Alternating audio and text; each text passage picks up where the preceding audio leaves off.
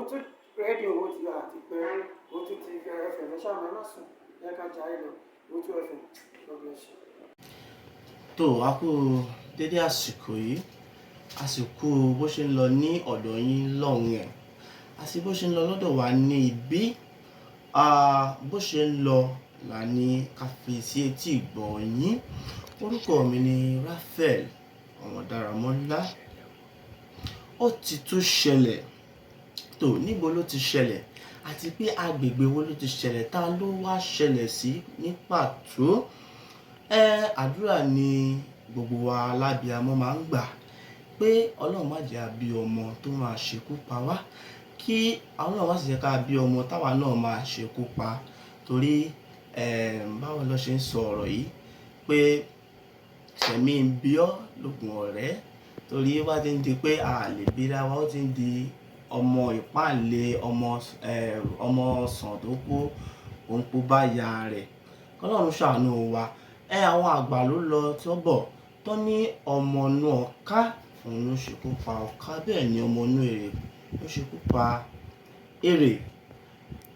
Olódífá fún ọ̀rọ̀ tí ó ṣẹlẹ̀ tí arákùnrin kan ọmọ ọgbọ̀n ọdún tó ṣekú pa bàbá rẹ̀ torúkọ rẹ̀ ń jẹ́ Ògúnjìmí, èyí tí a mọ̀ sí àlùkò sójà yín retired soldier, tí ó ṣẹlẹ̀ ní agbègbè kan tí wọ́n fi orúkọ bò láṣìírí.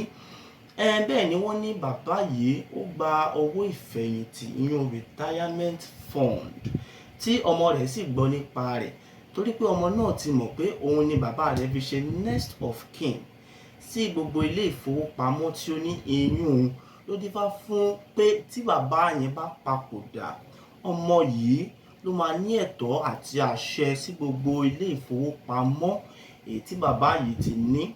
Ló wá wò ó pé kóun fi ọ̀kan kún èjì, kóun fi èjì kún ẹ̀ta, gẹ́gẹ́ bí ọ̀rọ̀ àwọn Yorùbá pé tí ẹrù bá kan òkè tó kanlẹ̀ ó mà níbi àgbékà o. Lọ́mọ náà wá wò pé àfi kí òun fi igi àpólà kóun fi gbé ka orí bàbá òun, tó wá fọ́ igi mọ́ bàbá rẹ̀ lórí.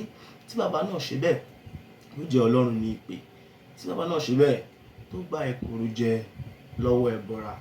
Ẹ jẹ́ ká wo ọ̀rọ̀ yìí, tí a bá wo sàkún ọ̀rọ̀ yìí dáadáa a rí i pé bàbá yìí fúnra rẹ̀ nítorí ọmọ náà ló ṣe ń ṣe gbogbo wàhálà yìí.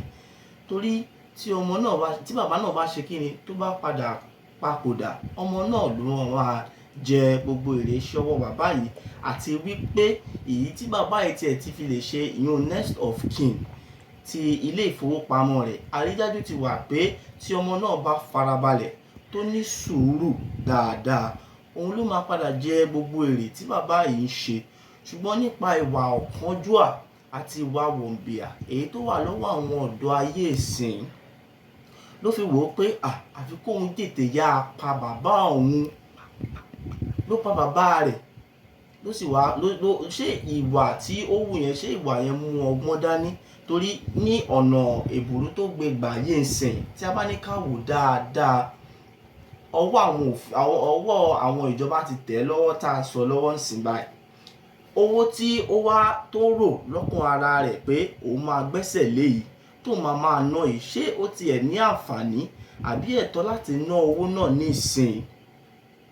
Àwọn nǹkan tó yẹ ká gbéyẹ̀wò nínú ọ̀rọ̀ yìí rèé, àti wípé Ọlọ́run má jẹ́ kí a bí ọmọ tí a ò ní lè bá sọ̀rọ̀, ọmọ tó ní ìpáǹle àbí tó ti wá wò pé àṣàrí pé bàbá rẹ̀ fi gbogbo ọ̀dọ́ rẹ̀ ṣiṣẹ́ ni ló fi lè ní àǹfààní láti lè gbowó ìfẹ̀yìntì.